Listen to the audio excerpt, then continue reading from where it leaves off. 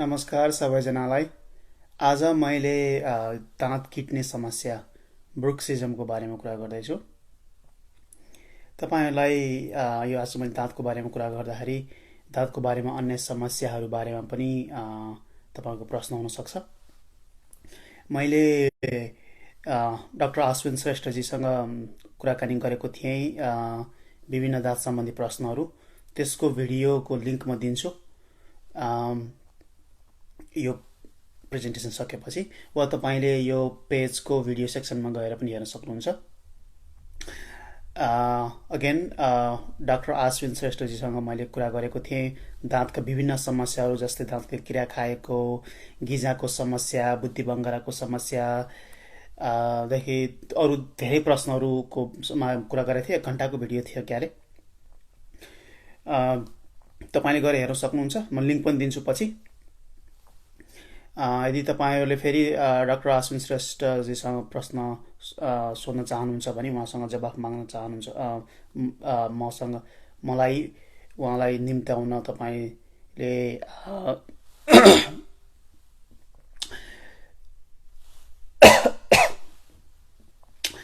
तपाई बोलाउन चाहनुहुन्छ भने म उहाँलाई बोलाउँछु। तपाईको प्रश्न कमेन्ट बक्समा लेख्नुहोस् है, दाँत सम्बन्धी प्रश्नहरू म उहाँलाई बोलाउँछु hopefully in few months। र आज मैले यो दाँत किट्ने समस्या ब्रुक्सिजम भनिन्छ त्यसको बारेमा छोटो कुरा गर्न आएको हुँ। यो समस्या तपाईलाई भएको छ कि छैन? यदि भएको छ भने तपाईलाई अब लक्षण थाहा छ होला नै है। बिहान उठ्दाखेरि कसैको यो ज दुख्ने है, यतातिर जोइन्टमा दुख्ने अथवा हेडेकहरू हुन सक्छ, वा कतिलाई थाहा पनि हुँदैन, अरूले भनिदिनु पर्छ है। अरूले सँगै सुतेकोले राति यसरी दाँत किट्छस् तैँले भन्छन् है। यदि तपाईले त्यस्तो गर्नुहुन्छ भने त्यसको बारेमा थोरै कुरा गर्छु मैले आज। लक्षण त मैले भने भर्खरै है, यो साइडमा दुख्ने वा कसैको दाँत टुक्रिने है, दाँत बिग्रिने समस्याहरू दुनिया हुन सक्छ। दाँतको एनामेलहरू वेयर आउट हुने, दाँत सम्बन्धी धेरै समस्याहरू आउने है, सिरिङ्ग हुने, दुनिया समस्या ल्याउन सक्छ दाँत किट्ने समस्याले गर्दा है। इमेजिन गर्नु त रातभरि यसरी दाँत किट्दाखेरि दाँत खिएर कति समस्या होला। र त्यही माथि यदि तपाईको अझै दाँत सम्बन्धी समस्या पहिले नै छ, दाँतको राम्रो केयर गर्नु भएको छैन भने त यो दोहोरो यो इफेक्ट यो मल्टिप्लाई हुने भयो है, दाँत झर्ने सम्भावना बढी हुने भयो। अब यसो कारणहरू कुरा गर्दाखेरि कारण सबैको एउटै नहुन सक्छ है, फरक व्यक्तिको फरक हुन्छ। लामो समय कन्टिन्युसली सानै उमेरदेखि हुने त जेनेटिक कारण हुनसक्छ, जिनमा है, अथवा वंशानुगत हुनसक्छ। कसैको स्ट्रेसको कारणले केही समय लाई त्यस्तो हुने अनि पछि फेरि आफै सन्चो हुन सक्छ। कसैको स्लिप एप्नियाको द्वारा भएको पनि भन्ने सुनेको छु मैले। स्लिप एप्निया भनेको कसरी बुझाउँ मैले, यो घुर्ने समस्या हुन्छ कसैलाई है, घुर्ने मात्र त होइन, त्यहाँभन्दा बढी पनि हुन्छ। तपाईँ घुर्नुहुन्छ र खास गरी राति सुत्दाखेरि सास रोकिने है, फोक्सो यो सासै रोकिने, जस्तै हामी सास फेर्छौँ नि, त्यो नै रोकिने 5-10 अझै बढी सेकेन्डसम्म, मल्टिपल टाइम्स, धेरै पटक रातिमा। त्यस्तो समस्या भएकोलाई पनि हुने चान्सेस रहन्छ। कसैलाई यो नाक ब्लक हुने, सुत्दाखेरि नाक ब्लक हुने, मुखबाट सास फेर्न पर्ने, त्यस्तो बेलामा पनि ट्रिगर भएर त्यस्तो हुने सम्भावना रहन्छ। कारण जे होस्, उपचार विधि भने धेरैको चाहिँ एकै किसिमको हुन्छ। म त्यो बारेमा कुरा गर्छु अहिले।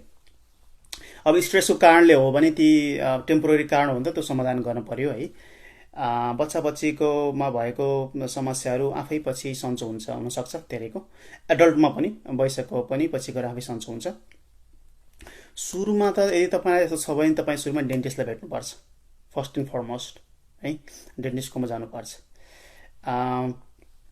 र अरू सबै उपाय गर्दाखेरि केही पनि लाएन भने डेन्टिस्टले के गर्छन् भन्दा उनीहरूले स्क्यान गर्छन् मुख होइन, हेरेर एउटा डिजिटल पिक्चर बनाउँछन् र उनीहरूले एउटा नाइट गार्ड भन्छौँ, कसैले नाइट गार्ड भन्छन्, कसैले माउथ गार्ड भन्छन्, कसैले स्प्लेन भन्छन्, कसैले डेन्टल एप्लायन्स, दुनियाँ नाम हुन्छ। यसरी तपाईँहरूले स्पोर्ट्स जस्तै बक्सिङ खेल्नेमा चाहिँ त्यो मुखमा माउथ गार्ड लगाएको देख्नु भएको छ है, अथवा अमेरिकन फुटबल खेलेको दुनियाँ एथलेटिक्सहरूले त्यो त्यस्तै माउथ गार्ड बनाइन्छ है। रेडिमेड पनि किन्न पाउँछ यदि बाहिरतिर रेडिमेड त्यो माउथ गार्ड नाइट गार्डहरू किन्न पाउँछ, तर त्यसले सबैले इफेक्टिभ नहुन सक्छ, किनकि व्यक्तिको दाँतको बनावट हेरेर हुन्छ नि, दाँतको तलमाथि भएको अथवा कुन ठाउँमा छ त्यही अनुसार मिलाएर बकायदा डेन्टिस्टले चाहिँ त्यो पुरै म्यापिङ गरेर नै बनाउँछन्, त्यो पर्सनलाइज इन्डिभिजुअलाइज गराउँछन्, त्यो नै बेस्ट हुन्छ है। त्यो गर्नुपर्ने हुन्छ है, डेन्टल नाइट गार्डहरू लगाउनु पर्ने हुन्छ। नत्र भने त्यसले तपाईँलाई पछि गएर तपाईँको दाँत किड्नी समस्या छ भने, खास गरी यो दाँतको लेयरहरू हुन्छ होइन, यो दुई तिन यो लेयर खिएर भित्रको एक्सपोज हुनाले जे खाए पनि सिरिङ्ग हुनेदेखि हुन्छ होइन, चपाउन नसकिने कसैलाई हुन्छ नि, अब दाँतै निस्कियो भने त अब नराम्रो पनि हुने भयो होइन, देखि दुनियाँ अरू धेरै समस्याहरू आउनसक्छ है, दाँतै खस्ने दुनियाँ समस्या आउनसक्छ। त्यही भएर डेन्टिस्टकोमा जानुहोस्। तपाईँहरूलाई यदि लामो समय यस्तो भएको भने तपाईँले नाइट गार्ड लगाएर सुत्नुपर्छ। यस्तो पिस हुन्छ, झन्झटिलो चाहिँ हुन्छ है, त्यो पिस लगाएर चाहिँ कतिको त मेरो बिरामीहरूको नि धेरैको त्यस्तो भएको छ, मैले सोधेको छु। उनीहरूले लगाएर सुत्ने तर राति खस्ने के है, कतिले चाहिँ झन्झट हुने त्यस्तो हुन्छ। एकजनाले प्रकाश नेपालजीले घरेलु उपचार छैन, घरेलु उपचार छैन यसको है। अब सामान्य अब हुन्छ नि स्ट्रेस जस्तैको एउटा कुनै यो निश्चित कारणले गर्दाखेरि कुनै स्ट्रेस कुनै लाइफमा कुनै भएको सिचुएसनले दिमागमा एकदमै खेलेको बेलामा अथवा कुनै अरू स्ट्रेस भएको बेलामा त्यस्तो बढी हुन्छ भने अब त्यो कुरा समाधान गर्ने हो, होइन भने त्यो खास गरी लामो समयसम्म यस्तो दाँत किड्नी समस्या भएको सजिलो घरेलु उपाय छैन, तपाईँ डेन्टिस्टसँग भेट्नुपर्छ है। र अर्को अब घरेलु उपचार त भन्नुभयो है, धेरै सबैलाई त काम लाग्दैन, कसैलाई यो मसाज गरेर पनि हुन्छ भन्छन्। यो फिजिकल थेरापिस्ट भन्छौँ हामीले नेपालमा, फिजियोथेरापिस्ट भनिन्छ, उहाँसँग गएर भेटेर यो मसाज गर्ने टेक्निक हुन्छ है। यो मसल हुन्छ कि म्यासेटर मसल र यो टेम्पोरालिस मसल हुन्छ, यो मुख्य दुई ब्यान्ड, अरू पनि हुन्छन् तर यो त्यसलाई चाहिँ मसाज गर्ने टेक्निक हुन्छ। यसरी धकाल्ने, यहाँ यो धकाल्ने, यसरी ताल्ने, दुनियाँ टेक्निक हुन्छ त्यो, यो मसाज गर्ने है, यो जोइन्टलाई सहयोग गर्नलाई। त्यो कसरी पनि काम गर्छ भन्दा यो दाँत किड्नीहरूको अलिकति यो मसल टेन्स्ड भएर पनि टेन्स हुने, दाँत किड्नीले गर्दा त्यो टेन्स भएको हुनसक्छ अथवा मसल बढी टेन्स भएको हुनाले यो दाँत किड्ने समस्या हुन सक्छ, दुइटै हुनसक्छ। त्यस्तो बेलामा यो मसाज गर्दा केही हदसम्म काम पनि गर्न सक्छ है। वा यस दाँत किड्ने समस्याले तब यो यहाँ दुखेको भयो त्यसलाई पनि कम गर्ने भयो है। त्यही भएर मिल्छ भने सक्नुहुन्छ भने उपाय छ भने फिजिकल थेरापिस्ट अथवा फिजियोथेरापिस्टसँग भेटेर त्यो मसाज गर्ने टेक्निक्स सिक्नुहोस्। जस्तो तपाईँ उतै यसो गरेर हुने कुरो होइन, यो एउटा टेक्निकै हुन्छ कि है। यो मसल जताबाट जान्छ, जताबाट यो फाइबर ब्यान्ड छ त्यसरी नै अनुसारको यो एक्सर्साइज हुन्छ, त्यो सिक्नुपर्छ है। एकपटक अथवा दुईपटक सिकेर घरमा आफैले पछि गर्दा हुन्छ। अलराइट,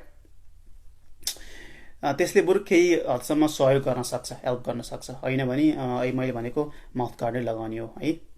दाँत रिपेयरहरू पनि गर्नुपर्ने हुनसक्छ, दाँत फुत्केको छ अथवा हल्लिएको छ अथवा थोरै भाग निस्केको छ भने। अर्को कसैलाई अति नै भयो भने मसल रिल्याक्स गर्ने औषधि पनि दिइन्छ, वा बोटक्स इन्जेक्सन पनि लगाउने चलन छ है। त्यो चाहिँ कसलाई गरिन्छ भन्दा अब नेपालतिर त सम्म भला लाग्दैन है, कतिको गरिन्छ मलाई थाहा भएन। खास गरी त्यो डेन्टल अप्लायन्स, त्यो माउथ गार्ड अथवा नाइट गार्ड प्रयोग गर्न मन नलाग्ने अथवा गर्दा पनि राति निस्केर फेरि त्यस्तो समस्या भएकोलाई अन्तिममा यो बोटक्स इन्जेक्सन लगाउनु पर्ने हुन्छ, जसले गर्दा यो मसललाई हल्का रिल्याक्स गरिदिन्छ र त्यो रिल्याक्स मसलले गर्दा राति चाहिँ दाँत किटिँदैन है, त्यो लजिक हो। र अरू भनेको अब यदि कुनै स्ट्रेस अथवा कुनै एङ्जाइटी भएको कारणले अथवा त्यो भएको बेलामा बढी हुन्छ नि, त्यो बेलामा त्यसको उपचार गर्ने औषधहरू खाने। अलराइट, आज मैले कुरा गरेँ यो ब्रुक्सिजमको बारेमा अथवा दाँत किड्ने समस्याको बारेमा है। यसमा डेन्टल गार्ड अथवा माउथ गार्ड अथवा नाइट गार्ड लगाउनु पर्ने हुन्छ, तपाईँ डेन्टिस्टसँग भेट्नुपर्ने हुन्छ। अलराइट। यदि तपाईँलाई दाँत सम्बन्धी प्रश्नहरू तपाईँको छ भने तल लेख्नुहोस्, म नेपालीमा लेख्नुहोस् है, नेपाली अक्षरमा लेख्नुहोस्। मैले डाक्टर आश्विन श्रेष्ठजीलाई बोलाउँछु होपफुली केही 1-2 महिनामा भित्र। उहाँसँग प्रश्न सोध्छु तपाईँको प्रश्नहरू, र उहाँसँग सोधिएको प्रश्नहरूको एउटा भिडियो छ, त्यो पनि हेर्न चाहन्छु भने मैले यो प्रेजेन्टेसन सकेपछि अब केही मिनटमै त लिङ्क दिन्छु, हेर्नु होला। Alright, that's all for today. आज मैले ब्रुक्सिजमको कुरा गरेँ, अर्को पटक म छुट्टै टपिक लिएर आउँछु। अनि सक्नुहुन्छ भने please share this video. Thank you all.